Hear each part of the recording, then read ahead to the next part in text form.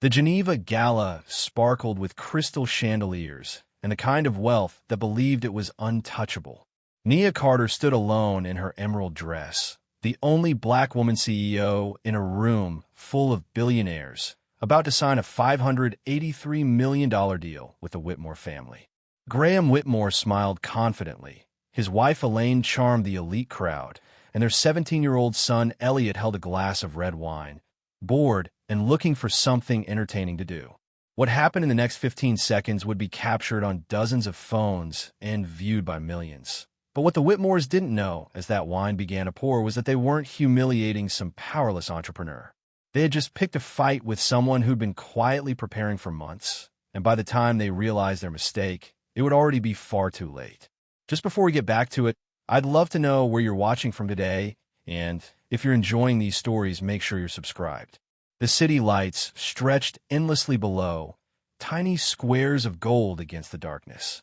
Nia Carter stood alone in her corner office on the 42nd floor. The acquisition packet spread across her glass desk like a map to somewhere she wasn't sure she wanted to go. $583 million. The number glowed on her screen, impossibly large, impossibly real. Her reflection stared back at her from the window. 32 years old, black woman, self-made. The founder and CEO of Sentinel Infrastructure, a global cybersecurity and data infrastructure firm that had clawed its way from a basement operation to an industry essential. Her natural hair was pulled back tonight, her expression unreadable even to herself. This deal would change everything. The Whitmore Group wanted to acquire her proprietary platform, the one she'd built line by line, patent by patent, rejection by rejection. Behind her, the office door opened. Marcus Webb, her chief operating officer, walked in carrying 2 glasses and a bottle of champagne that probably cost more than her first office rent. "You're doing that thing again," Marcus said, setting the glasses down. "The thing where you review documents that 12 lawyers already approved." 13, Nia corrected, not looking away from the screen. "I hired another one last week." "Nia." Marcus poured the champagne anyway. "This is it. Global expansion, political connections, permanente sécurité. The Whitmore Group isn't just money. It's infrastructure across 6 continents, energy grids, defense logistics. You'll be untouchable. Nobody's untouchable." Nia finally turned from the window, accepting the glass but not drinking. That's what people forget. Marcus raised his glass anyway. "To the deal of a lifetime." Nia touched her glass to his but set it down untasted. Her eyes drifted back to Section 14, subsection C. The Operational Authority Clause. She'd read it 6 times now, and each time, something felt slightly wrong. Like a door left open in a house you thought you'd locked. Her phone buzzed. A message from an unknown number, but she recognized the encryption signature. The invitation had arrived. The Whitmore family was hosting an elite international gala in Geneva where the symbolic signing would happen. Not in a conference room or a lawyer's office, but in front of investors, ministers, cameras, and the kind of people who measured their wealth and legacies rather than zeros. "They want to show," Nia said quietly. Marcus looked over her shoulder at the invitation. "They want to be seen doing business with you." "That's good, is it?" Nia's finger hovered over the accept button. Graham Whitmore could sign this deal in his sleep. Why does he need an audience? Marcus didn't have an answer for that. Nia's mind drifted backward, the way it always did when things felt too easy. 7 years ago, she'd sat in a boardroom with venture capitalists who'd listened to her pitch with expressions that ranged from polite to pitying. A woman in her 20s with an infrastructure concept and no connections. They dismissed her before she finished talking. 2 years after that, a major firm had copied her prototype, launched it as their own, and nearly buried her in legal fees she couldn't afford. She remembered the night she'd almost given up, almost sold everything to a competitor for pennies. Then the Providence financial data breach happened. 40 million records compromised. Every major firm failed to contain it. Nia's system stopped it in 16 hours.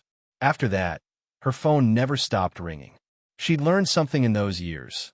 The people who smile while they're stealing from you never think you're watching. "Accept the invitation," Nia said finally. "But book me a separate hotel, not the one they suggest."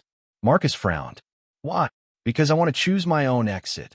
3,000 miles away, Graham Whitmore stood in his own office, a corner suite in Manhattan that overlooked Central Park like a throne room. He was 58, silver-haired, with the kind of confidence that came from never being told no. His empire sprawled across industries, factories, shipping routes, energy grids, real estate developments, defense contracts. The Whitmore Group was a name that opened doors in Washington, London, Beijing. Victor Hale, his longtime legal strategist, sat across from him reviewing contracts. Victor was younger than Graham by a decade, but older in caution. He'd been with Whitmore for 15 years, long enough to know when his boss was overconfident. The Carter acquisition, Victor said without looking up. Her firm controls the digital infrastructure for half our news systems. If she wanted to, she could lock us out. Graham waved a hand dismissively. She won't. She needs us more than we need her. That's why she's selling. She hasn't signed yet. She will. Graham smiled. People like her always do. They build something impressive, then realize they can't protect it alone. We offer protection, expansion, legitimacy. Victor set the contract down.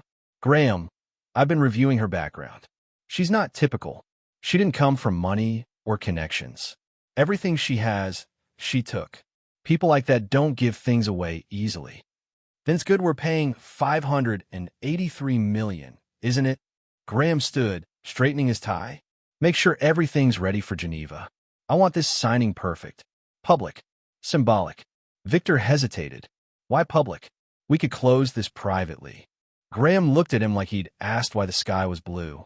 Because optics matter, Victor. When people see Nia Carter standing beside me, signing over her company, they see the natural order of things. Vision meets resources. Talent meets power. It's a story. And if a story goes wrong, it won't. Graham's smile never wavered. Trust me. Elaine Whitmore was in the penthouse garden when Graham told her about the gala.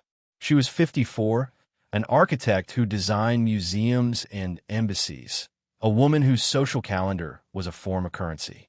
She looked up from her orchids with immediate interest. Elliot should come, she said.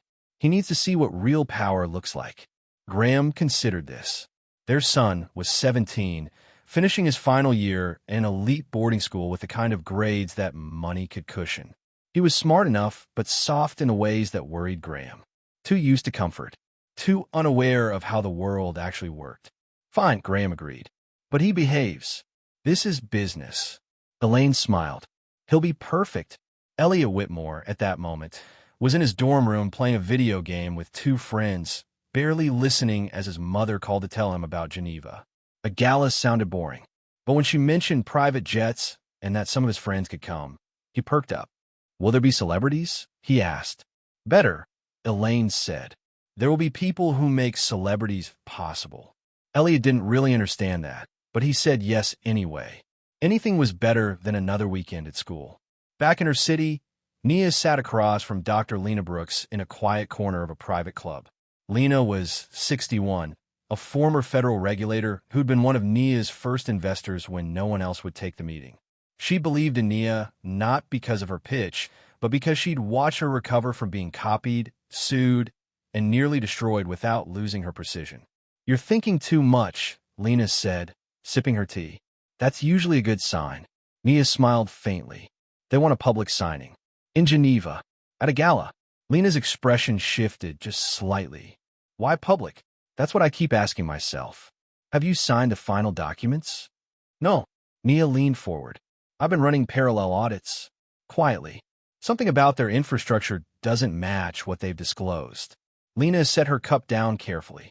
What did you find? Gaps. Inconsistencies in their compliance architecture. Nothing illegal necessarily, but things that don't line up. Nia paused. It's like looking at a building with a beautiful facade and realizing the foundation is cracked. Have you told them? Not yet. I wanted to be sure. Nia's voice dropped. If I'm wrong, I look paranoid. If I'm right and say something, they'll cover it before I can verify. Lena studied her for a long moment. So you're going to Geneva? I am. And you're going to smile and play along while you figure out what they're hiding. Nia didn't answer, which was answer enough. Lena reached across and squeezed her hand. Be careful. Men like Graham Whitmore don't build empires by being careless. If there's something wrong, he already knows. Then why acquire my company? Because maybe your company is the only thing holding his together. That sentence stayed with Nia for days. When she landed in Geneva, the city was draped in early autumn light, the lake reflecting mountains like a mirror. Her hotel room overlooked the water, deliberately chosen for its distance from the main gala venue.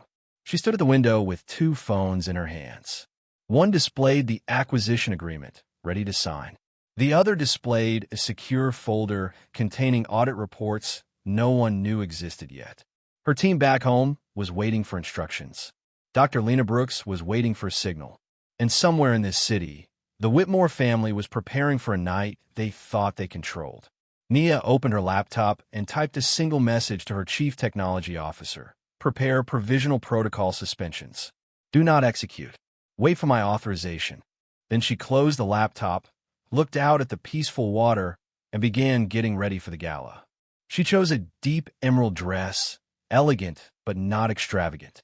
She wore her hair natural, her makeup minimal. No jewelry except small earrings. She wanted to be remembered for her presence, not her decoration. As she checked her reflection one last time, her phone buzzed with a message from Marcus. Everyone's asking if you're really going through with this. Nia typed back, I haven't decided yet. That was the truth. The whole truth. She was walking into a room full of people who would assume they knew her, assume they understood her, assume she was there to play a role they'd already written. But Nia Carter had learned a long time ago that the most dangerous person in any room was the one nobody was watching. She picked up her small clutch, took one last look at the city below, and walked out the door. The ballroom was exactly what Nia expected. Crystal chandeliers that caught light like frozen waterfalls, marble floors polished to mirrors, white-gloved servers moving between guests with champagne and appetizers that cost more than most people's monthly rent. An orchestra played something classical and expensive sounding from a raised platform. The guest list read like a directory of global power. Ministers, CEOs, old money families whose wealth had countries named after ancestors. Nia entered alone. She declined the offered escort, declined the suggested arrival time, declined every gentle attempt to choreograph her entrance. The conversations near the door quieted slightly as she walked in. Some people recognized her face from business publications. Others saw a black woman in an elegant dress and made assumptions about why she was there. She learned to read those assumptions in the tilt of a head, the pause before a greeting, the way eyes searched for whoever she must be accompanying. A server offered champagne. Nia accepted but didn't drink, using the glass as something to hold. She moved through the room slowly, listening more than speaking. She heard fragments of conversation, mergers, elections, property disputes, yacht schedules. The orchestra shifted to something livelier. Then the energy in the room changed. Heads turned toward the main entrance. The Whitmore family had arrived. Graham entered first, commanding attention without effort. His tuxedo was perfect, his silver hair impeccable, his smile practiced and warm. He moved through the crowd like a man greeting subjects, shaking hands, laughing at the right moments, creating small pockets of importance wherever he stopped. Elaine followed, just behind, wearing a white gown that probably cost more than a car. She was elegant in a way that came from a lifetime of being watched, her posture perfect, her smile strategic. She touched arms, kissed cheeks, said names like passwords that opened invisible doors. Behind them, looking vaguely bored, was Elliot, 17 and already wearing entitlement like a second skin. His tuxedo was slightly too fashionable, his hair deliberately messy in that expensive way. He held a glass that probably wasn't his first, scanning the room with the expression of someone forced to attend church. The orchestra hit a crescendo, as if on cue. Graham raised a hand in acknowledgement, and the room actually applauded. Nia watched from the side, her face carefully neutral. She'd seen this before. The performance of power. The assumption that everyone present was either an ally or irrelevant. Graham began working the room systematically, Elaine beside him, Elliot trailing like an afterthought. They moved closer to where Nia stood. She didn't move toward them, didn't position herself in their path. She simply waited. When Graham finally spotted her, his smile widened. He changed trajectory, cutting through the crowd with Elaine and Elliot following. Nia Carter. Graham's voice carried warmth that didn't quite reach his eyes. You're here. Wonderful. He extended his hand. Nia shook it. His grip was firm, practiced, the handshake of a man who'd been doing this since birth. Thank you for the invitation, Nia said evenly. Of course, of course. Graham kept her hand just a moment too long before releasing it. Everyone, this is Nia Carter, our innovative partner. He gestured broadly to the people nearby, who naturally gravitated closer. She's built something remarkable, something we're proud to be bringing into the Whitmore family. The language was careful. Partner, not equal. Bringing into, not joining. Proud to be, not privileged to work with. Nia noticed. She always noticed. Your company's quite impressive, Elaine said, her smile perfect. We've heard wonderful things. Thank you. Nia's tone was polite but minimal. She wasn't here to perform gratitude. Elliot stood slightly behind his parents, his attention drifting around the room. His eyes moved over Nia without real focus, the way someone looks at furniture. Well, Graham said, placing a hand on Nia's shoulder in a gesture that seemed friendly but felt possessive. Shall we let everyone know the good news is moving forward? Before Nia could answer, a photographer appeared.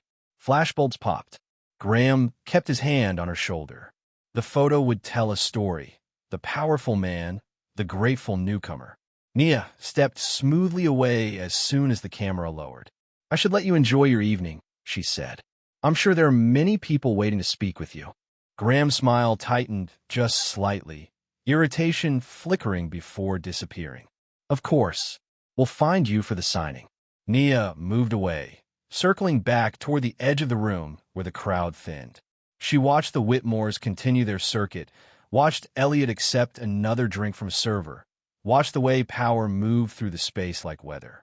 She checked her phone discreetly. No messages. Everything back home was quiet, waiting. 30 minutes passed. The orchestra played. Conversations ebbed and flowed. Nia spoke briefly with a German minister about infrastructure security, deflected questions from a curious journalist, accepted a business card from a venture capitalist. She was near the center of the ballroom, momentarily alone in the crowd, when she noticed Elliot Whitmore moving toward her. He was walking with the careful precision of someone who'd had several drinks, but didn't want anyone to know. Two friends followed a few steps behind, trying not to laugh. Nia registered the danger instantly. The angle of approach. The held phone in his friend's hand, recording. The predatory casualness. Elliot stopped a few feet away, swaying slightly. His expression was amused, entitled, cruel in the way only someone who'd never faced consequences could manage. Excuse me, he said, his voice carrying. Are you staff? Or like an exhibit? The conversations around them quieted. People turned. Nia met his eyes, but didn't respond. She knew what was happening, knew the performance, knew the moment was already unfolding in a direction she couldn't stop. Elliot lifted his wine glass slowly, almost theatrically. Red wine, dark as blood. Let me help you, he said, and poured it over her head. Time split. The wine was cold and shocking, running down her hair, her face, her dress. Red liquid dripped onto the white marble floor. Camera phones rose like a flock of birds taking flight. Flashbulbs popped. Someone gasped. The orchestra faltered, one section continuing while others stopped, creating a discordant moment that matched the chaos. Nia stood absolutely still. Wine ran down her neck, soaked in her dress, pooled in her shoes. She didn't flinch, didn't shout, didn't move. The room held its breath. From across the ballroom, Elaine Whitmore laughed. The sound carried clearly in the sudden quiet. Graham stood beside her, his expression somewhere between shock and amusement. He shook his head, like Elliot had told an inappropriate joke. Kids, someone said nearby, trying to break the tension. Another voice. Guess the deal just got sweeter. Nervous laughter rippled through the crowd. Elliot stood there, empty glass in his hand, waiting for applause or approval or something. His friend are definitely recording now.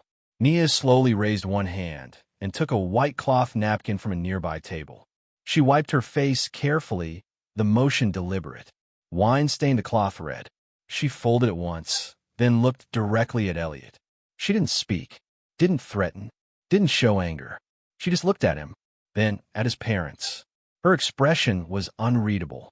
The silence stretched too long. Someone coughed. Security guards shifted near the walls, waiting for Graham's signal, for someone to tell them what to do. The signal never came. Finally, a gala coordinator rushed forward, her face pale. "Ms. Carter, please let me. There's a room where you can." "Thank you," Nia said quietly. Her voice was steady, calm, almost gentle. She turned and walked toward the exit the coordinator indicated. Every eye in the room followed her. Wine dripped from her hair, leaving a trail of red dots across the marble. Behind her, Graham Whitmore cleared his throat. "Well," he said loudly, forcing joviality, "young people, right? Wine, big night, everyone's excited." He laughed. Others joined uncertainly. "No harm done. These things happen." Elaine moved beside him, already smoothing things over with nearby guests. "We'll replace the dress, of course. Send it to the best cleaner in Geneva." As if money could clean this away. Elliot stood there, still holding the empty glass, looking around for validation. Some people avoided his eyes. Others smiled uncomfortably. The orchestra started playing again, louder this time, trying to drown the moment in music. Conversations resumed slowly, carefully, everyone pretending things were normal, while cameras uploaded footage that would circle the globe before morning. And in a quiet room down a marble hallway, Nia Carter stood in front of a mirror, looking at herself. Wine-soaked, humiliated in front of the world's elite. Her phone was already buzzing with messages. Marcus, Dr. Lena Brooks, her legal team, news alerts. She ignored them all and pulled out a different phone. She made 3 calls, each brief, each to a number saved under only initials. Then she washed her hands slowly, carefully, watching pink water swirl down the drain. Her reflection looked back at her. Not broken, not defeated, calculating. Someone knocked softly. "Ms. Carter, we have a fresh gown for you, courtesy of the hosts." "Thank you," Nia said. "I'll be out in a moment." She dried her hands and opened the door. A staff member stood with a garment bag. Inside was a new dress, black this time, elegant and expensive. Nia changed quickly, professionally. The wine-stained emerald dress went into a bag that someone would dispose of, probably grateful to erase the evidence. But Nia had learned something important years ago. Evidence doesn't disappear just because you can't see it anymore. She checked her reflection one last time. The new dress fit perfectly. Her hair was mostly dry. She looked composed, professional, completely in control. She walked back into the ballroom. The crowd parted slightly. Conversations paused. Everyone watched to see what she would do. Graham Whitmore was at the signing table now, surrounded by lawyers and executives. He looked up as she approached, his expression carefully apologetic. "Nia," he said warmly, as if they were old friends. "I'm so sorry about that. Elliot will apologize personally tomorrow. Teenage boys, you know how they are." "Of course," Nia said smoothly. She took her seat at the table. Everyone relaxed slightly. She was playing along, taking the high road, being professional. Graham smiled wider. "Excellent. Well, shall we proceed? I believe we have quite an audience waiting." Nia looked at the documents spread before her. The ceremonial signing, ready for cameras and witnesses.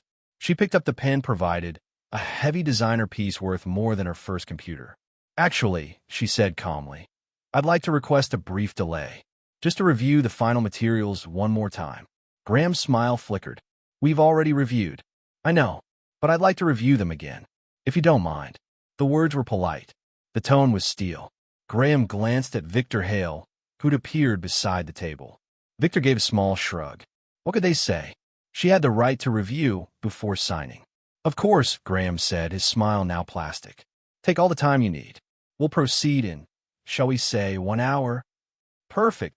Nia set the pen down and stood. "Thank you for your patience." She walked away from the table, leaving the signed documents behind. Around the ballroom, people whispered. Cameras clicked. The orchestra played on, and Graham Whitmore watched Nia Carter disappear into the crowd, a tiny knot of concern forming in his chest that he immediately dismissed. She'd signed. They always signed. He had no idea that everything was already falling apart. Nia's departure from the signing table sent ripples through the ballroom. Conversations resumed with forced normalcy, but eyes kept drifting back toward her, trying to decode what had just happened. She moved through the crowd with the same measured grace she'd shown all evening, as if wine hadn't been poured over her head 30 minutes ago, as if she hadn't just delayed the biggest deal of the year. A server approached cautiously. Ms. Carter, can I get you anything? Water, please. Still no ice. The server nodded and disappeared. Nia found a quiet corner near a tall window overlooking the lake. The city lights reflected on the dark water, creating a second Geneva that existed only in mirror image. She checked her phone. 47 messages, 12 missed calls, 3 voicemails. She ignored them all and opened an encrypted messaging app instead. The first message went to Dr. Lena Brooks. It happened differently than expected. Adjusting timeline. The second went to her chief technology officer, a woman named Maya Reeves who'd been with her since the beginning. Initiate phase 1. Document everything. The third went to a number saved only as V, with no other identifier. They show me who they are. Proceeding. She sent all 3 messages, then deleted the app and reinstalled it from secure backup. The messages would be unrecoverable within minutes, existing only on the recipient's devices until they too deleted them. The server returned with her water. Nia thanked him and took a small sip, watching the room over the glass rim. Graham Whitmore was surrounded by concerned executives. She could see Victor Hale gesturing emphatically, probably explaining why a delay was actually a problem. Elaine had positioned herself near a cluster of wealthy socialites, doing damage control with smiles and whispered explanations. Elliot was nowhere visible, likely removed by handlers before he could cause more embarrassment. Near the orchestra, a woman in her 60s approached. She had silver hair, an elegant navy dress, and the posture of someone accustomed to being listened to. Ms. Carter. The woman's accent was British, upper class. I am Olivia Hastings. I don't believe we've met. Nia recognized the name. Hastings was old money, with holdings in media, shipping, and pharmaceuticals across 3 continents. She was the kind of person who rarely attended events unless she wanted to be there. A pleasure, Nia said, shaking her hand. I wanted to tell you, Olivia said quietly, that what happened earlier was appalling. Absolutely inexcusable. Thank you. I also wanted to tell you that I've watched the Whitmore group for many years. They're very good at appearances. Olivia's eyes were sharp, intelligent. But appearances and foundations are different things, aren't they? Nia met her gaze. They are. If you ever need counsel from someone outside their circle, I hope you'll reach out. Olivia produced a card from a small clutch. My private number. Nia accepted the card, noting that it was hand-engraved, not printed. I appreciate that. Olivia smiled slightly. Something tells me you already have everything you need, but additional perspectives never hurt. She glanced toward where Graham stood, especially when dealing with people who mistake momentum for permanence. She walked away before Nia could respond, disappearing into the crowd with the ease of someone who'd spent a lifetime navigating rooms like this. Nia slipped the card in her clutch and checked her phone again. A new message, this one from Marcus. Networks are lighting up. Video has 2M views already. You okay? She typed back. Perfect. Let's spread. Marcus responded immediately. You sure? Completely. The more people see it, the better. She could almost feel his confusion through the phone, but he didn't argue. Marcus had learned years ago that when Nia made decisions that seemed counterintuitive, there was usually a reason. Across the ballroom, Victor Hale was making his way toward her. He walked with purpose, but not aggression, his expression professionally concerned. Nia watched him approach, already knowing what he would say. Ms. Carter. Victor extended his hand. She shook it. Victor Hale, senior counsel for the Whitmore Group. I wanted to apologize personally for the incident earlier. Mr. Hale. Nia's voice was cordial. I appreciate that. Graham asked me to assure you that Elliot will face appropriate consequences. This behavior doesn't represent our organization's values. I understand. Nia paused. Though I have to admit, I'm curious about something. Victor's expression shifted slightly, wariness creeping in. Yes. Where was security? There were at least 6 guards in the room. None of them moved until after the wine was already poured. The question hung in the air between them. Victor opened his mouth, closed it, then tried again. I can't speak to security protocols. Of course not. Nia's smile was gentle, almost understanding. It was just an observation. Victor cleared his throat. The signing. Graham mentioned you wanted additional time to review. That's correct. Is there something specific you're concerned about? Our legal team can address any questions immediately.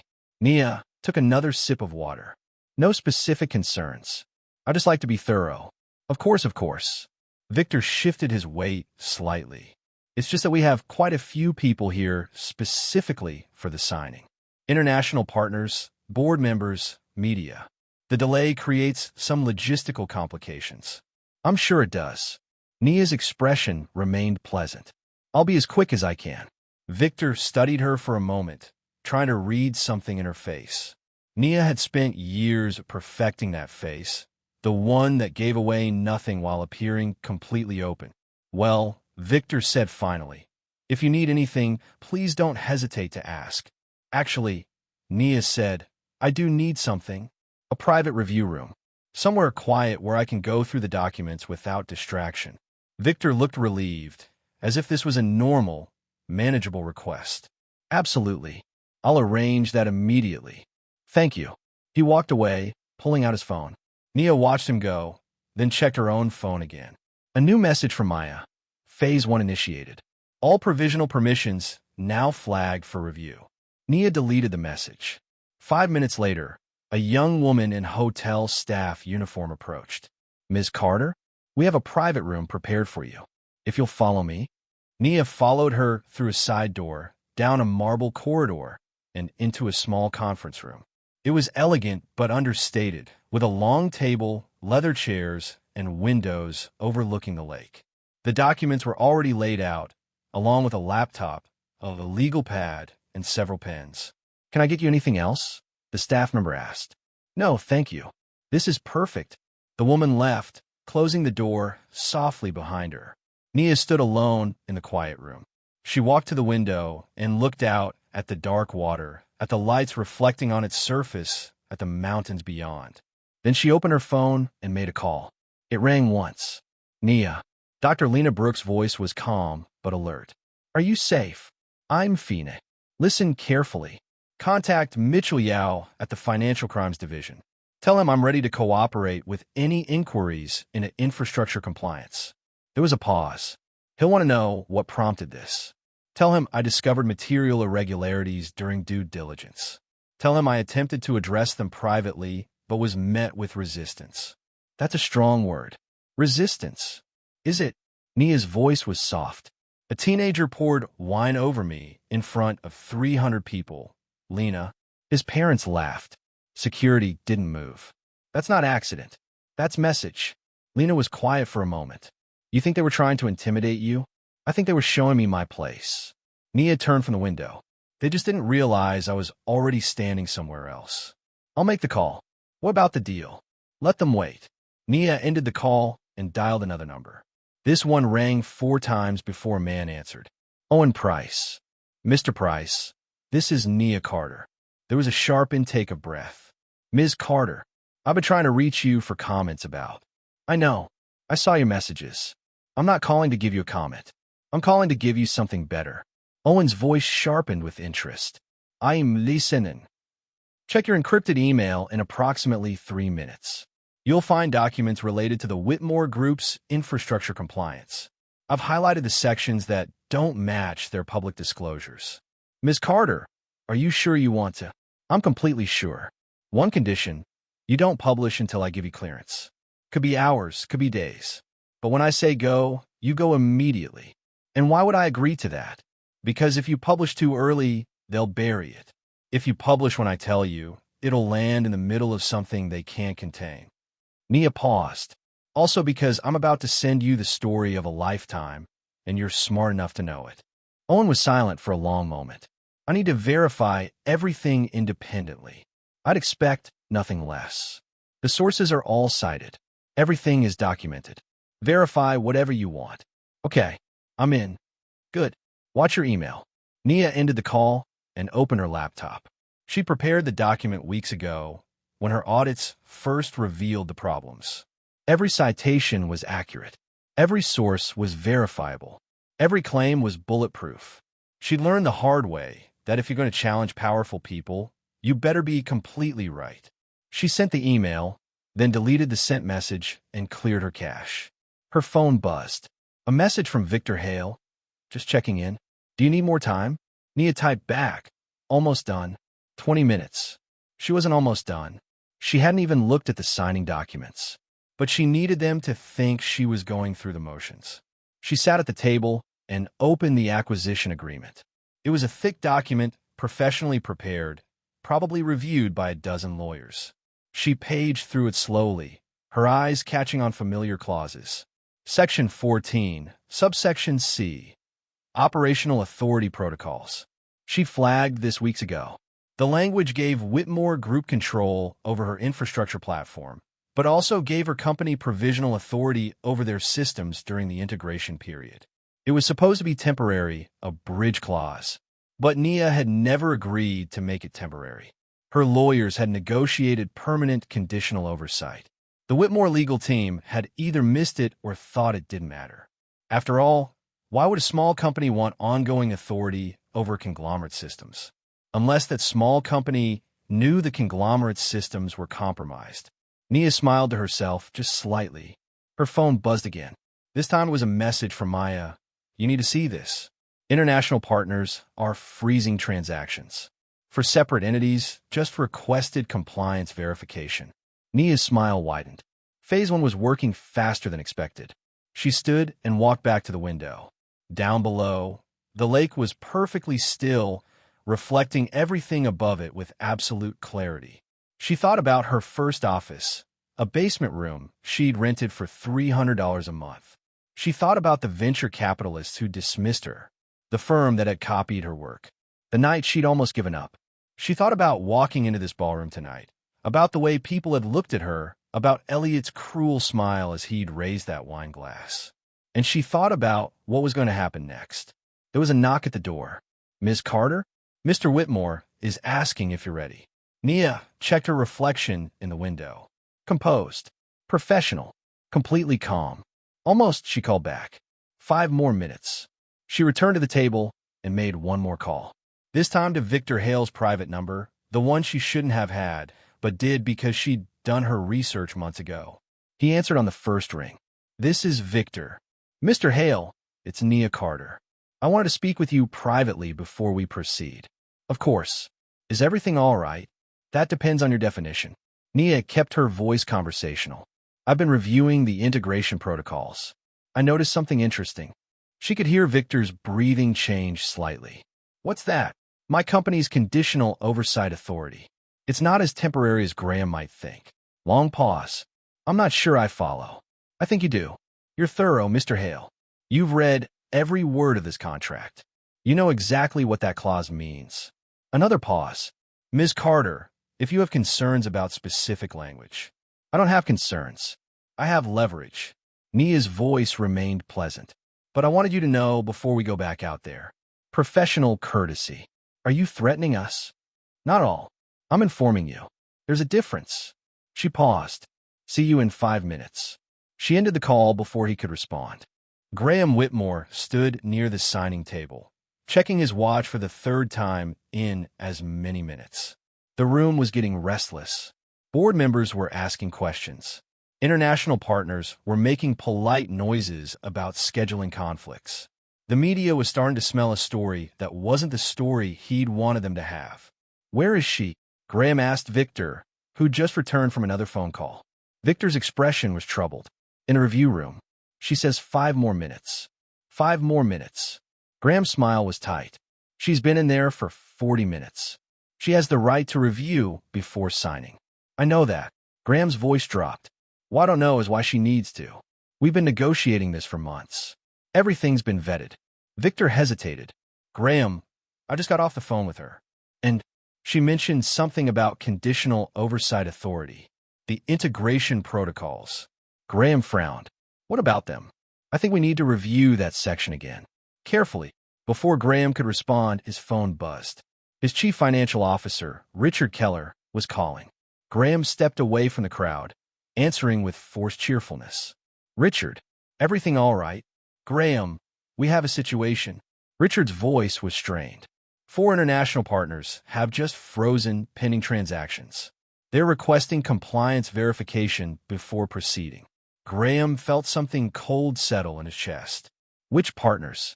Bundesbank Consortium, the Singapore Logistics Group, the Australian Infrastructure Fund, and the Dubai Holding Company. That's almost 60% of our pending capital influx. I'm aware. Why now? What triggered this? I don't know. They all cited routine due diligence, but the timing is suspicious. Graham, they all made these requests within the last hour. Within the last hour, since Nia had gone into that review room. Give me details, Graham said. Every communication, every request, everything. Already on it. Graham ended the call and turned to find Victor watching him with a grim expression. What? Graham asked. I just got a similar message. 3 of our regulatory liaisons received inquiries about our digital infrastructure compliance, all within the last 30 minutes. The cold feeling in Graham's chest expanded. That's not coincidence. No, Victor agreed. It's not. Elaine appeared beside them, her social smile firmly in place despite the tension in her voice. People are asking questions, Graham. About the delay. About the video. About Nia Carter. I can only smooth over so much before it starts to look like something's wrong. Nothing's wrong, Graham said automatically. Then why has our acquisition target been locked in a room for 45 minutes? Elaine's voice was sharp. Why are people checking their phones and frowning? Why did the Singapore representative just leave? Graham had no answer for that. Across the ballroom, his phone buzzed again. This time it was a text from Richard. Markets noticing. Stock down 3% in after-hours trading. Rumors about the deal falling through. Graham looked toward the hallway where Nia had disappeared. A horrible suspicion was beginning to form, one he immediately tried to dismiss. She couldn't be doing this. She was one person with one company. He was Graham Whitmore. His family had been powerful for 3 generations. She needed this deal as much as he did, didn't she? The door to the review room opened. Nia walked out, composed and professional, the black dress she'd changed into making her look like she'd never been touched by wine or chaos. She moved through the room toward the signing table with unhurried confidence. Graham forced his smile back into place. Nia. Finally. Everything in order. Not exactly. Nia stopped a few feet from the table. The conversations around them quieted. People sensed something shifting. I need to discuss the valuation. Graham's smile froze. The valuation was agreed upon months ago. That was before I understood the full scope of your infrastructure's vulnerabilities. The word hung in the air like a grenade with a pin pulled.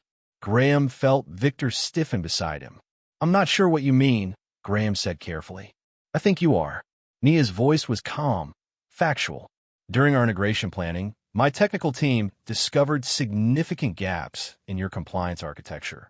Undisclosed regulatory exposure. System weaknesses that create liability. That's absurd, Graham said, but his voice lacked conviction. Nia pulled a tablet from her clutch and set it on the table. I have documentation. Would you like to review it here, or would you prefer a private discussion? Victor reached for the tablet. Graham grabbed his wrist. What kind of game are you playing? No game. Just due diligence. Nia met his eyes. You want to acquire my company, Mr. Whitmore. That means my technical team has been inside your systems. We've seen things your own auditors apparently missed. Or maybe they didn't miss them. Maybe they just didn't tell you. Victor pulled his arm free and took the tablet. His face went pale as he scrolled through the first few pages. This can't be right, Victor said quietly. It is. Nia's voice held no satisfaction, no triumph. Just certainty. Every citation is verifiable. Every claim is documented. Graham snatched the tablet and stared at the screen. Technical language, audit reports, system vulnerability assessments. He didn't understand half of it, but he understood enough. The words compliance failure and regulatory exposure appeared repeatedly. Where did you get this? Graham demanded. From your systems. During the integration assessment you authorized. Nia tilted her head slightly. Did you think I was just checking compatibility? Around them, phones were buzzing. News traveled fast in rooms like this. Graham could see people glancing at their devices, frowning, whispering. He looked toward the media section and saw reporters leaning together, one showing something on her phone to others. We need to discuss this privately, Victor said urgently. No. Nia's voice was firm. We need to discuss this now. Because the original valuation of $583 million was based on clean infrastructure. What you actually have is infrastructure with significant compliance debt and regulatory exposure. You're trying to renegotiate, Graham said, anger seeping into his voice. In the middle of a gala, in front of everyone. I'm not renegotiating. I'm correcting. Nia tapped the tablet. Based on the actual risk profile, the fair valuation is approximately $119 million. The number fell like a bomb. People gasped. Cameras clicked. Graham felt the room spinning slightly. That's less than 25% of what we agreed, he said. That's what clean infrastructure is worth. What you have isn't clean. Victor was scrolling frantically through the tablet now. Graham, some of these compliance gaps date back years. If regulators investigate. They won't, Graham snapped. They already are. Nia's voice was quiet but clear. 3 different regulatory bodies began preliminary inquiries within the last 2 hours. I suspect you've been notified. Graham stared at her. Everything clicked into place with horrible clarity. The timing, the frozen transactions, the market movement, the inquiries. You did this, he said. I provided information when asked. Nia's expression remained neutral. I don't control what regulators do with that information. I don't control what your international partners decide. I don't control your stock price. But you knew this would happen. I knew the truth would eventually surface. I simply chose when to share it. Graham took a step closer, his voice dropping to a harsh whisper. Do you have any idea what you've just done? Do you know who I am? I know exactly who you are. Nia didn't back away. You're a man who built an empire on appearances and connections. Who cut corners because you thought you were too powerful to be questioned. Who brought your teenage son to humiliate someone in public because you thought there would be no consequences. That's not. Your wife laughed, Mr. Whitmore. You smirked. Your security didn't move. That wasn't accident. That was culture. Nia's voice remained even, but something hard glinted in her eyes. You show me who you are. I'm simply responding to the information provided. Elaine pushed through the crowd. Graham, we need to leave. Now, before this gets worse. It's already worse, Victor muttered, still scrolling through the tablet. Graham looked around the ballroom. Conversations had stopped. Everyone was watching. Cameras were recording. His empire's dirty laundry was being aired in front of the world's elite. I won't sign at this valuation, he said finally. I know. Nia picked up her clutch. Actually, I'm no longer comfortable proceeding at all. Tonight. The words hit like a second explosion. Victor's head snapped up. What? I said I'm not signing. The deal is postponed indefinitely. You can't do that, Graham said. I can. And I am. Nia looked at him calmly. You wanted a public signing, Mr. Whitmore. You wanted everyone to see me standing beside you. You wanted the story. She gestured around the room. You got it. Just not the one you expected. She turned and walked away from the table. The crowd parted. Security guards looked at Graham, waiting for orders. He gave none. What could he do? Force her to sign? Arrest her for declining a business deal? Nia reached the ballroom exit and paused. She looked back one more time, her gaze sweeping across the Whitmore family, the stunned executives, the recording cameras. Then she walked out. The ballroom erupted. Reporters surged toward Graham. Board members began making urgent phone calls. International partners headed for exits. The orchestral music had stopped entirely, leaving only the sound of chaos. Victor grabbed Graham's arm. We need to convene an emergency meeting. Tonight. If regulators are investigating and partners are pulling out, we have hours before this spirals completely out of control. Graham watched the door Nia had disappeared through. She planned this. All of it. Obviously. But how? She's one person. One company. Victor looked at him with something between pity and frustration. She didn't need to be bigger than you, Graham. She just needed to be right. Across the ballroom, Elaine was attempting damage control, but people were avoiding her now. The social capital she'd spent decades building was evaporating in real time. Graham's phone buzzed continuously. Messages from board members, investors, lawyers, crisis management teams. He ignored them all and dialed Richard Keller. Tell me something good, Graham said. I can't. Richard's voice was grim. The Singapore group just formally withdrew. The Dubai holding company is requesting a full independent audit before proceeding. The German consortium is in emergency meetings. Graham, we're looking at a liquidity crisis if this continues. How long do we have? Days. Maybe a week if we're lucky. Graham ended the call. He looked at Victor. Get everyone together. Every executive, every board member, every lawyer. Conference room, 1 hour. What are you going to tell them? That we underestimated Nia Carter. Graham's voice was hollow, and that we need to figure out how to survive the mistake. Miles away, in her hotel room overlooking the lake, Nia stood at the window, still wearing the black dress. Her phone showed dozens of messages, but she read only a few. From Maya, Phase 1 complete. All provisional access protocols now in review status. They can't make any major system changes without our reauthorization. For Dr. Lena Brooks, Mitchell Yao is very interested. Formal inquiry opening Monday morning. From Owen Price, holy hell, I'm watching the fallout in real time. When do I publish? Nia typed back to Owen, not yet. Let them panic first. Let them make mistakes.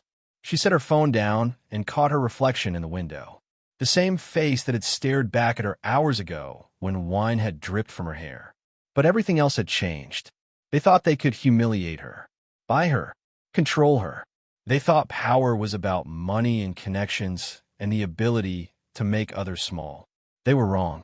Power was about knowing exactly where the foundations were weakest, about preparing long before anyone knew a war was coming, about turning their own systems against them with nothing but patience and precision. Nia changed out of the dress and into comfortable clothes. She made tea and sat at the small desk. Her laptop showed market data, news feeds, social media reactions. The wine video had 15 million views now. The story was spreading exactly as she'd known it would. But that wasn't the real story. The real story was happening in conference rooms and regulatory offices, in frozen transactions and compliance reviews, in the slow realization of exactly how vulnerable the Whitmore empire actually was.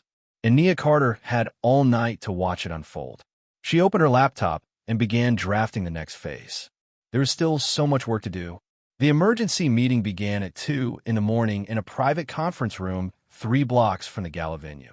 Graham Whitmore sat at the head of a long table surrounded by bleary-eyed executives, lawyers, and board members who'd been pulled from hotel beds or late dinners. The room smelled of coffee and desperation.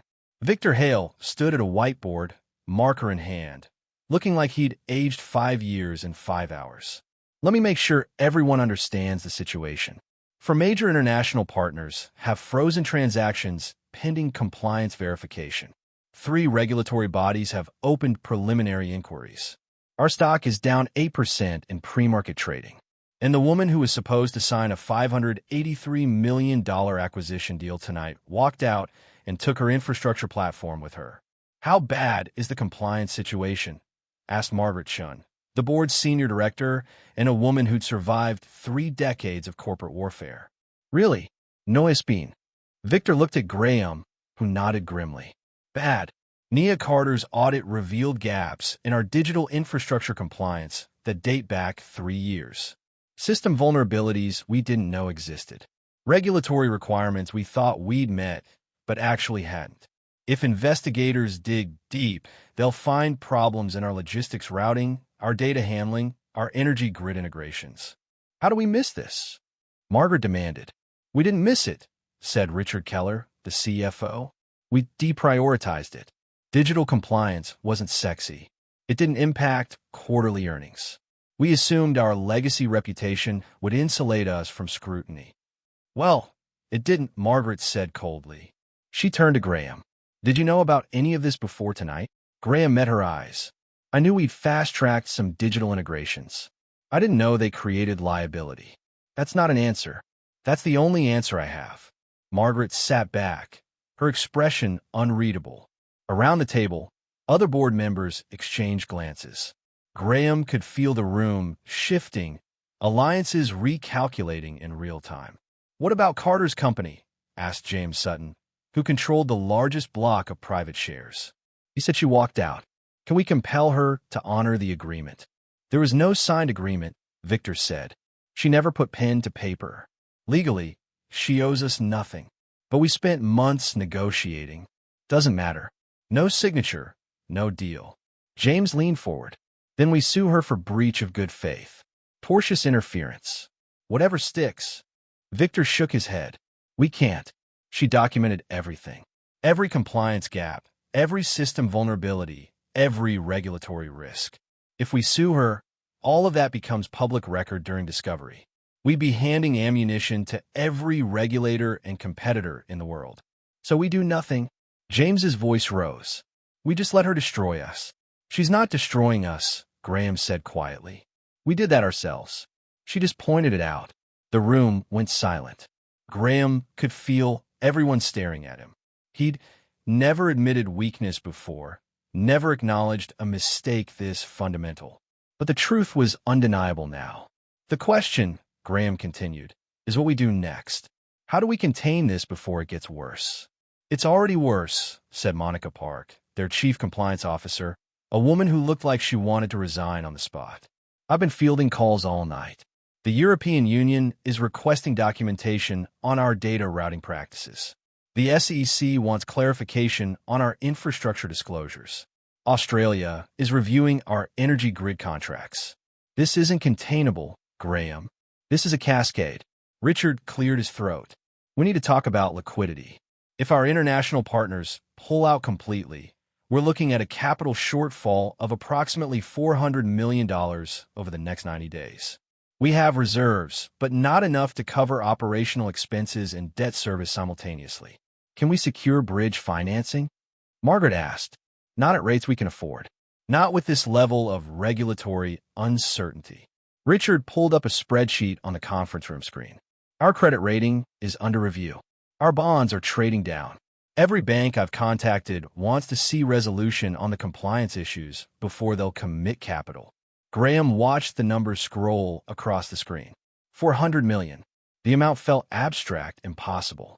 6 months ago, the Whitmore group had seemed invincible. Now, they were discussing liquidity crises like a struggling startup. There's something else, Victor said quietly. Something I discovered about an hour ago. He pulled up a document on his tablet and projected it onto the screen. This is the original acquisition agreement. Section 14, subsection C. Graham squinted at the legal language. What about it? This clause gives Carter's company conditional operational authority over our systems during the integration period. I thought it was temporary. It's not. The room went very still. What do you mean it's not temporary? Margaret asked. The language says the authority remains in effect until both parties agree to terminate it. Not until the integration completes. Until both parties agree. Victor's voice was strained. She structured it, so we need her permission to make major system changes. And she's not giving it. That can't be legal, James said. It's completely legal. We agreed to it. Our lawyers signed off on it. We just didn't understand what we were signing. Graham felt something cold and sick in his stomach. Are you telling me Nia Carter has veto power over our infrastructure? Effective veto power, yes. Her company's provisional access protocols are embedded in our systems. If she revokes them, half our digital operations shut down within 48 hours. Jesus Christ, someone whispered. Margaret looked at Graham with an expression that could have frozen fire. You gave her that kind of leverage? I didn't know. You didn't know because you didn't read carefully enough. Because you assumed she was desperate to sell. Because you treated her like she was powerless. Margaret stood. This is catastrophic, Graham. We're not just facing regulatory problems. We're facing an existential threat from someone who has her finger on our off switch. She won't use it, Graham said, but his voice lacked conviction. Why wouldn't she? You humiliated her publicly. Your son poured wine on her. You laughed. Margaret's voice was harsh. She has every reason to destroy us, and apparently the means to do it. Graham had no response to that. The meeting continued for 3 more hours, spiraling through scenarios and contingencies, none of them good. By the time dawn broke over Geneva, the Whitmore group's leadership looked like survivors of a shipwreck, clinging to debris and hoping for rescue. The first government announcement came on Monday morning. The United States Federal Trade Commission issued a statement requesting voluntary cooperation from the Whitmore Group regarding data infrastructure practices and regulatory compliance. The word voluntary fooled no one. In regulatory language, voluntary meant comply or will subpoena everything. The second announcement came 2 hours later. The European Commission's Competition Directorate announced a review of Whitmore's logistics and energy operations across member states. Again, the word review was deliberately soft, but everyone understood it meant investigation. By Tuesday, Australia's Infrastructure Authority had suspended approval for 2 Whitmore energy projects pending compliance audits. The suspensions were temporary, the announcement said, but temporary could mean months or years. Graham watched the news from his Manhattan office, feeling his empire crumbling in slow motion.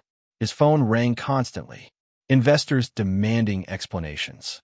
Board members suggesting he step aside temporarily. Lawyers discussing defensive strategies. Crisis management firms pitching their services. Elaine called from their penthouse. The Ashford Foundation canceled our gala sponsorship. The museum revoked my board position. Graham, people are avoiding me. At the club, at benefits, everywhere. It's like I'm contagious. I know, Graham said tiredly. It's the same here. This is because of that woman. Because of what Elliot did.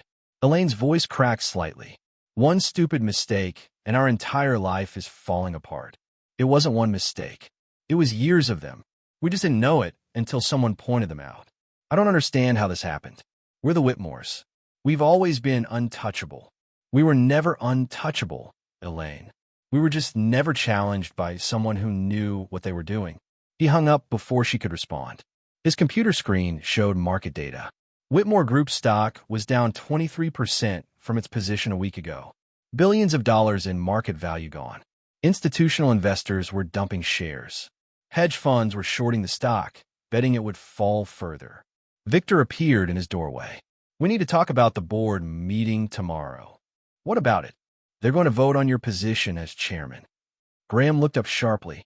Based on what grounds? Failure of oversight. Mismanagement of strategic risk. Take your pick. Victor sat down heavily. Margaret has the votes, Graham. I've done the math. She can remove you. After everything I've built? Everything you built is currently under investigation by 3 governments. Your stock price is tanking.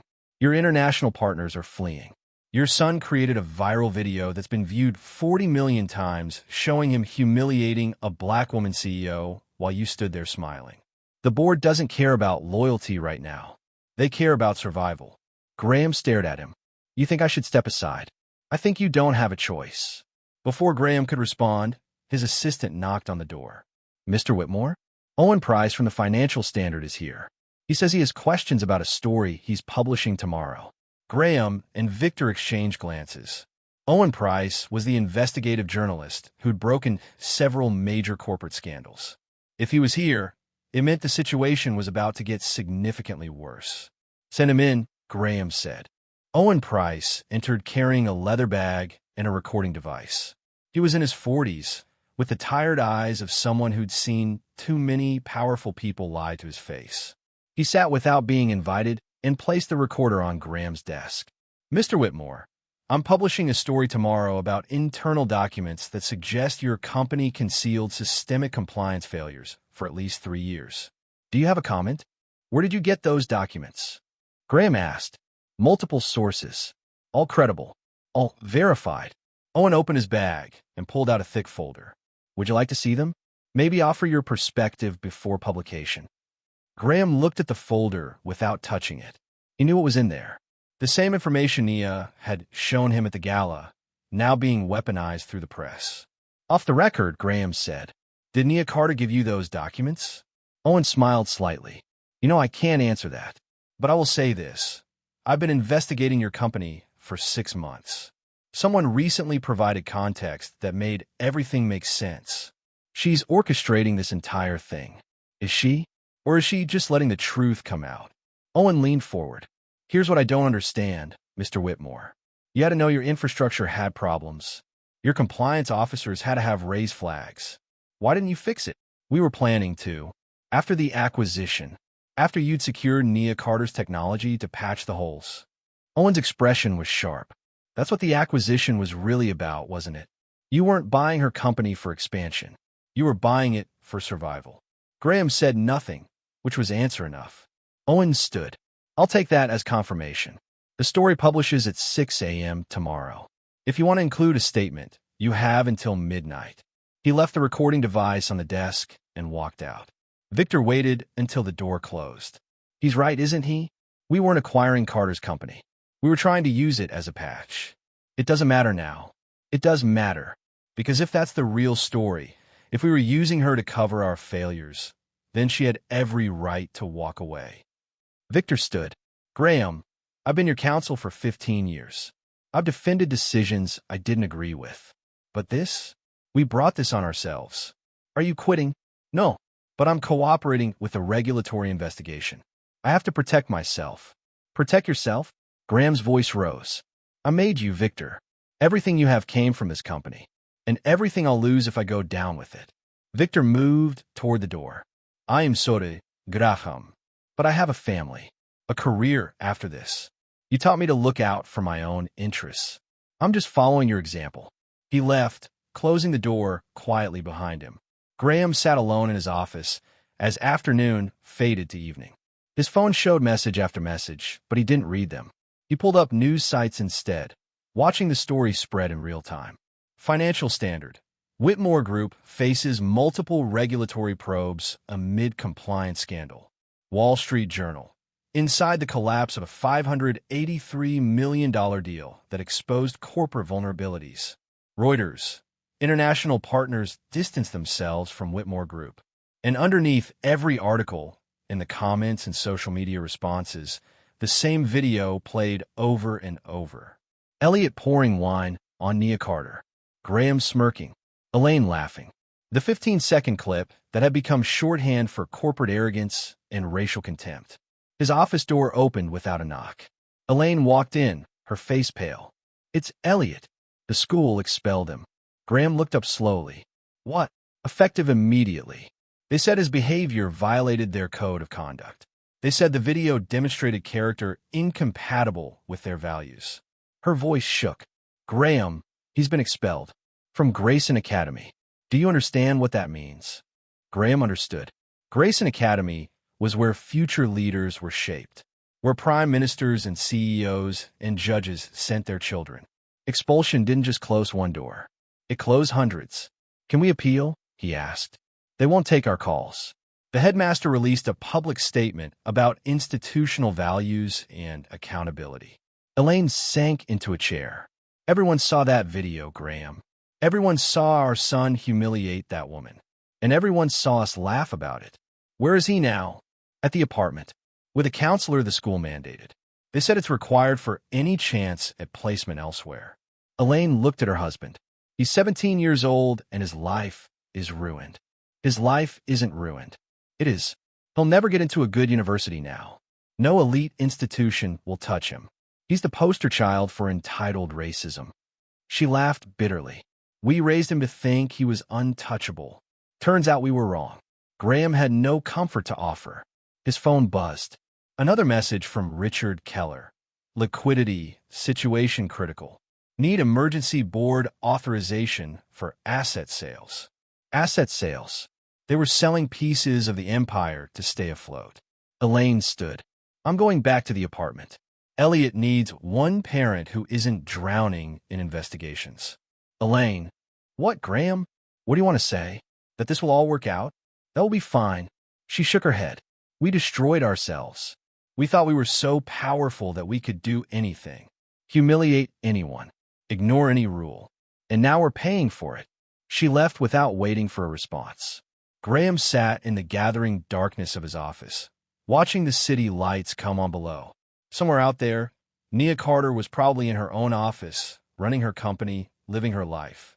She hadn't needed to destroy him. She just needed to stop protecting him. His computer pinged with a new email.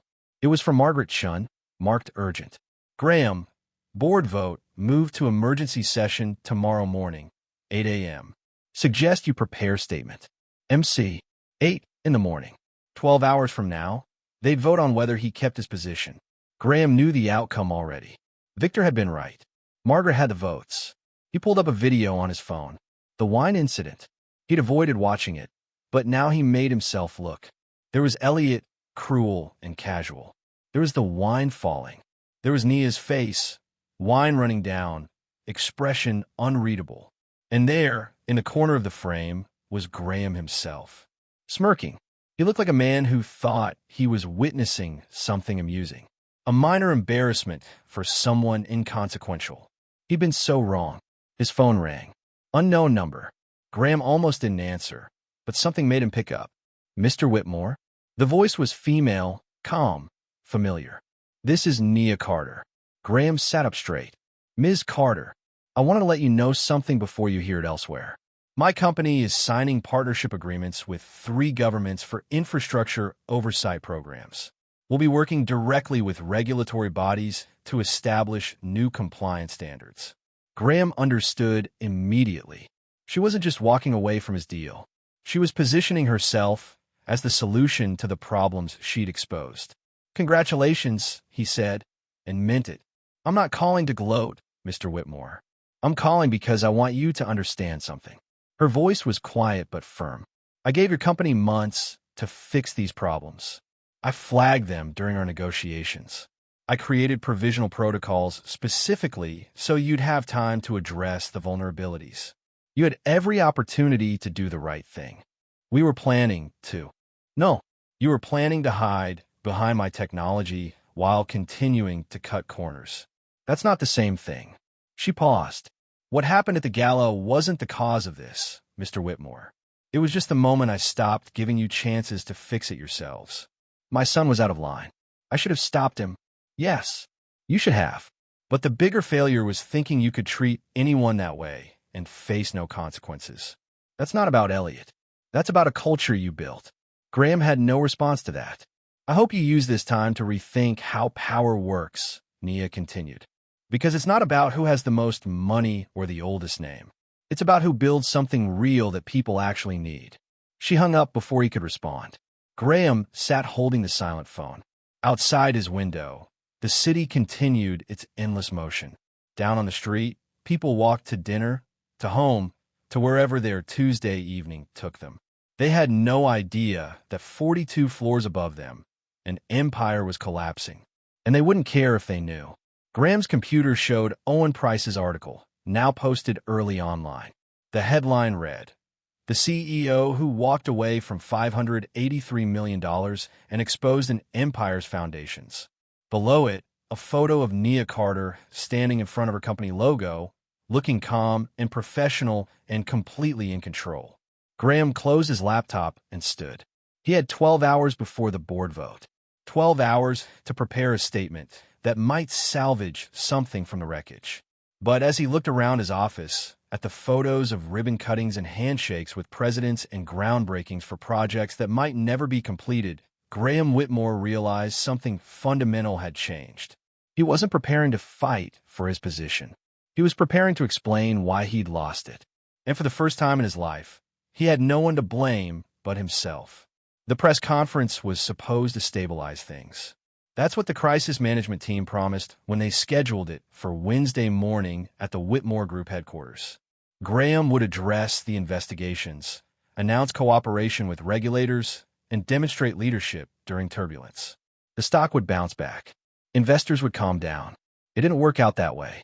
Graham stood at a podium in the main conference room, cameras pointed at him like weapons. Behind him sat Richard Keller and Monica Park, looking like hostages. Victor's chair was conspicuously empty. He'd resigned that morning via email, citing irreconcilable differences about legal strategy. Everyone knew it meant he was preparing to testify. "Thank you for coming," Graham began, reading from prepared remarks. "The Whitmore Group takes compliance seriously. We are cooperating fully with all regulatory inquiries and have retained independent auditors to review our systems. We remain committed to transparency and accountability." The words sounded hollow even to him. A reporter raised her hand. "Mr. Whitmore, sources indicate your company knew about infrastructure vulnerabilities for years. Why weren't they addressed?" Graham glanced at his notes. "We prioritized multiple initiatives.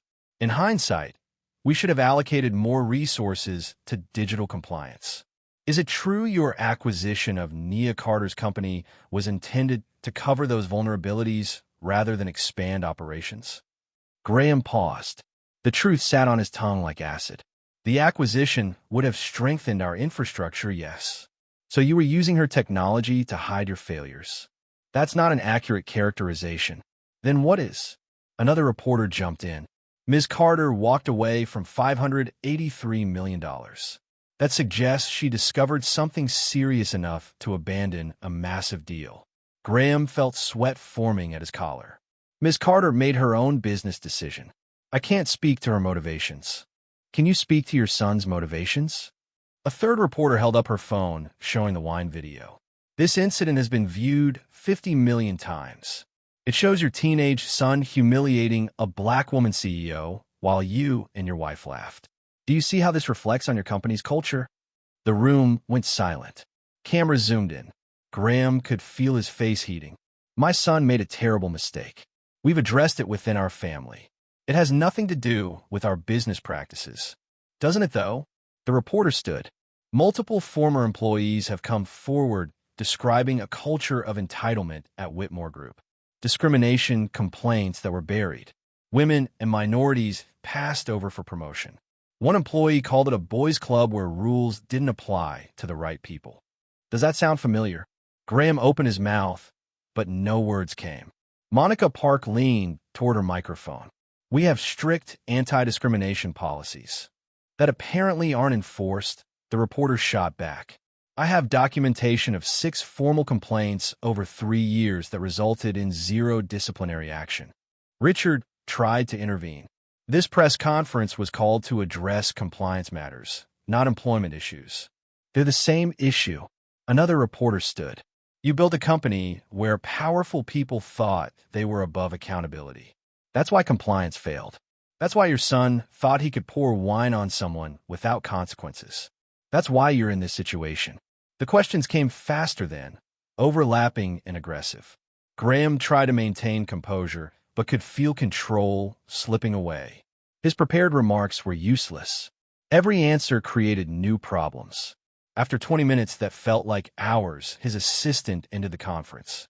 Graham walked out through a back door, avoiding cameras, feeling like he'd been physically beaten.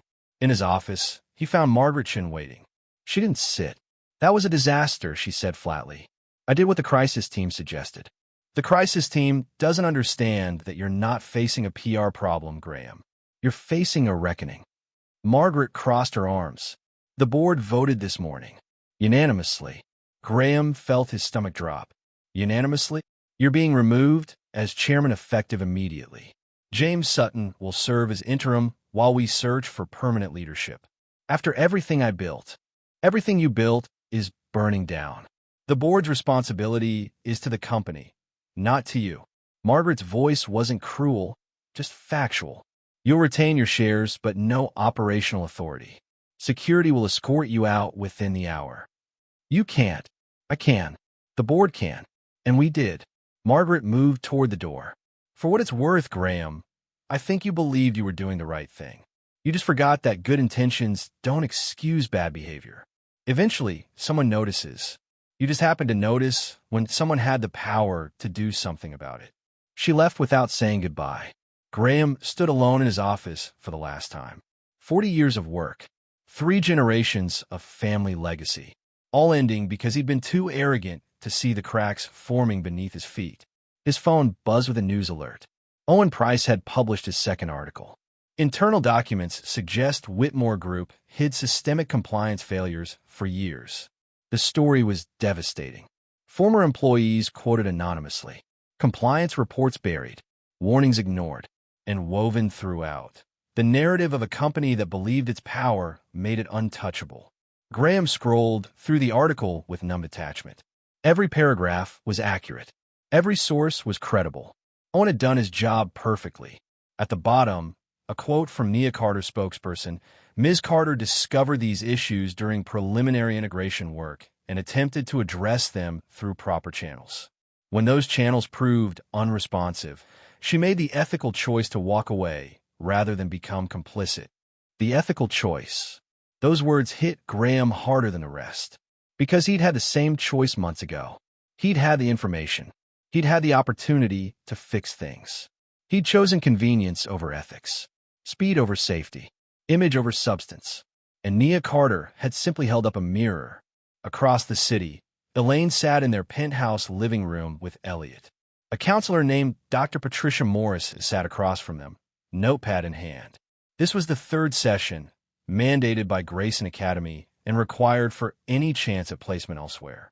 Elliot, Dr. Morris said gently, "Can you tell me what you were thinking when you poured wine on Miss Carter?" Elliot slouched in his chair, arms crossed. "I don't know. It was just a joke. A joke requires everyone to find it funny." "Did Miss Carter look amused?" "No." "Did you want her to be hurt or humiliated?" Elliot shifted uncomfortably. Everyone was laughing at other stuff. My friends dared me.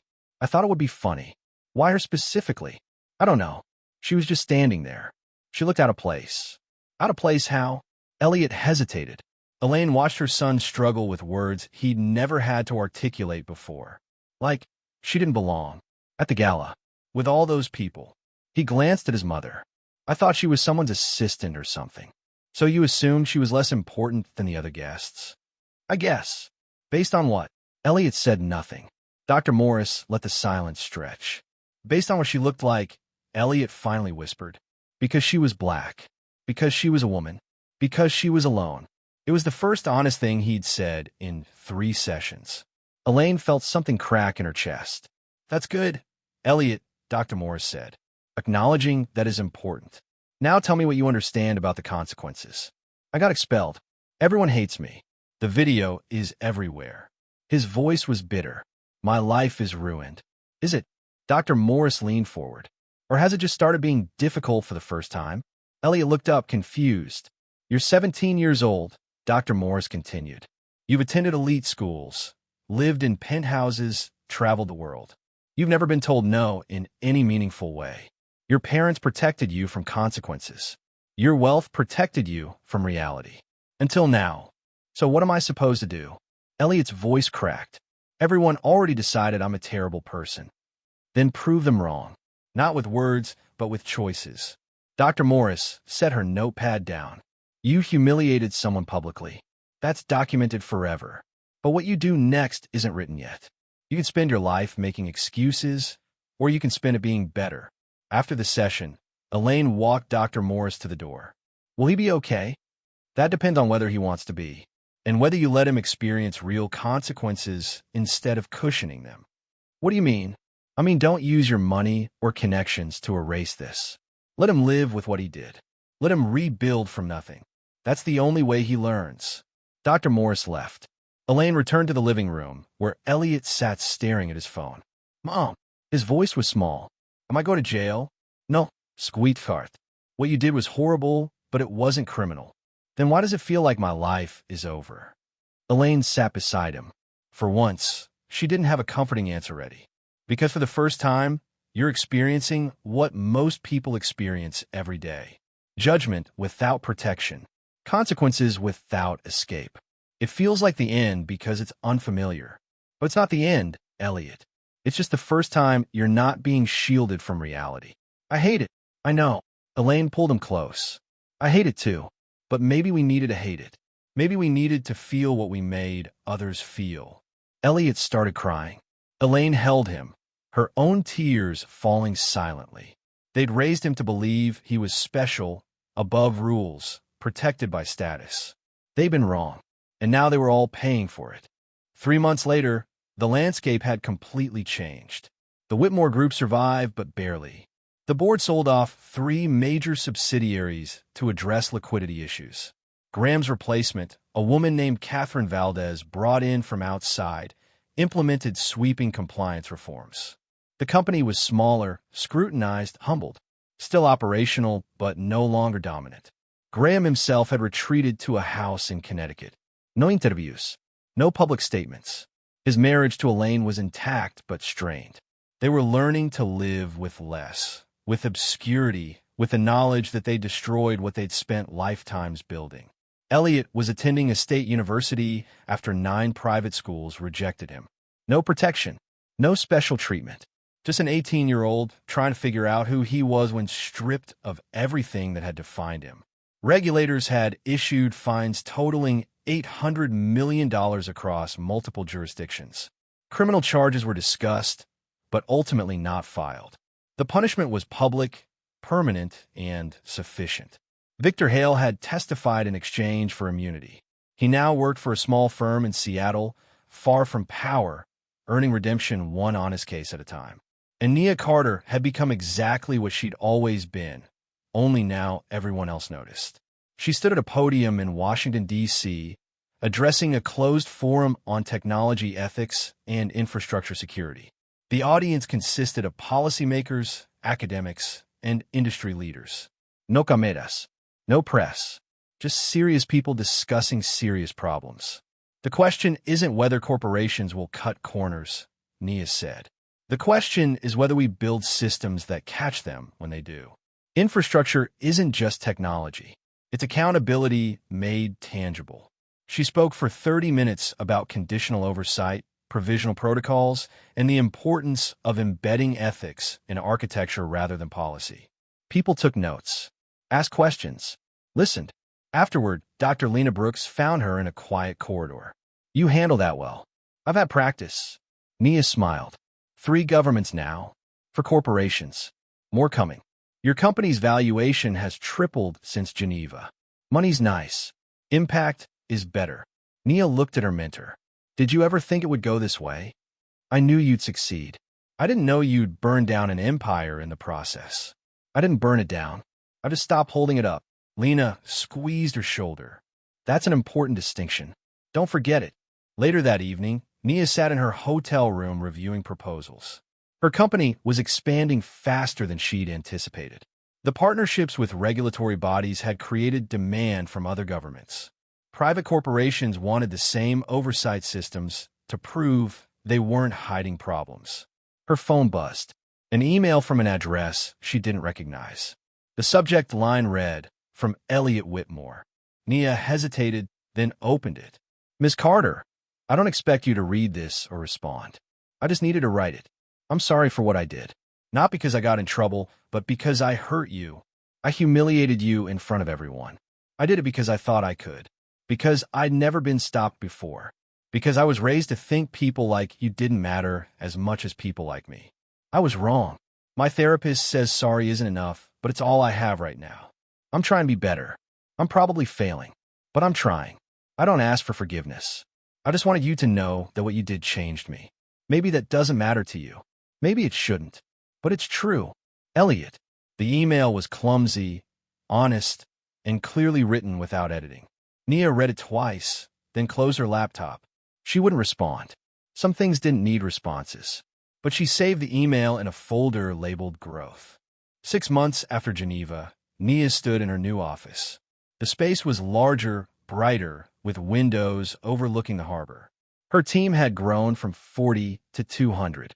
They just signed contracts with the European Union and 3 additional countries. Marcus Webb knocked on her open door. "You have a visitor." Didn't have an appointment, but says it's important. Who? Graham Whitmore. Nia went very still. Then she nodded. Send him in. Graham looked older, thinner. His expensive suit didn't fit quite right anymore, like he'd lost weight and hadn't bothered getting it tailored. He walked into her office with none of his previous confidence. Ms. Carter, thank you for seeing me. Mr. Whitmore. Nia gestured to a chair. What can I do for you? Graham sat carefully. I came to apologize. Properly, not through lawyers or statements. Person to person. All right. What my family did to you was inexcusable.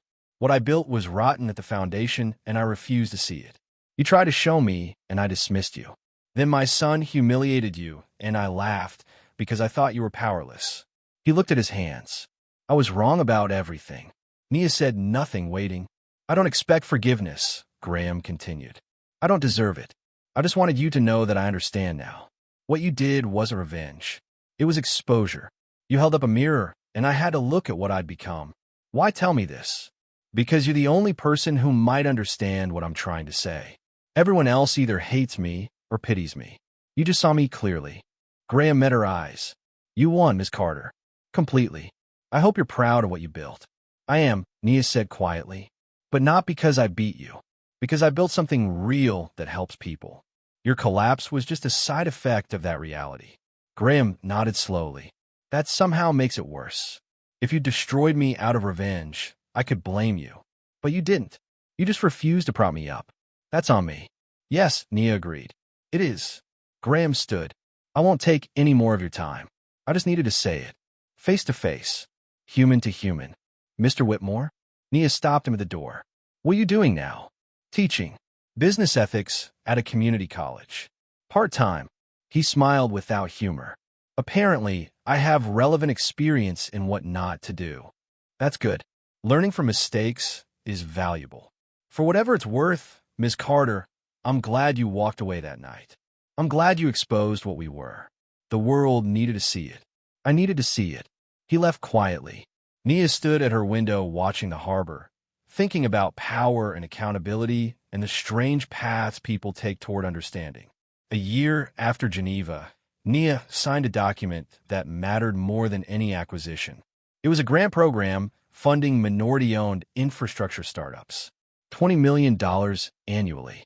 Mentorship, resources, the kind of support she needed a decade ago and never received. She signed her name with the same pen she'd almost used at the gala, the one worth more than her first computer. She kept it as a reminder. Dr. Lena Brooks stood beside her. Your parents would be proud. They'd probably tell me to be careful, not to trust the success too much. Smart parents. Careful parents. Nia set the pen down. They taught me that power isn't about having it. It's about knowing when to use it and when to build something better instead. Is that what you did? Built something better? Nia looked at the document. $20 million. 40 startups funded in the first year. Hundreds of jobs created. Infrastructure improved in communities that had been ignored. I'm trying, she said. That evening, Nia returned to her office alone. The building was quiet. She stood at the window looking out at the city lights, thinking about a night in Geneva when wine had run down her face and everyone had assumed she was powerless.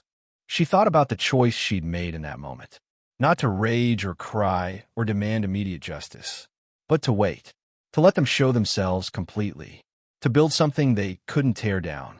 Her phone showed news alerts. The Whitmore Group's latest quarterly report showed modest recovery. Still smaller, still scrutinized, but surviving. Graham teaching ethics. Elliot in community college, volunteering at a nonprofit. Elaine working as an architect again, designing affordable housing. They were rebuilding from ashes. It would take years, maybe decades. Maybe they'd never fully recover what they'd lost. But they were trying, and that mattered. Nia picked up the expensive pen one last time.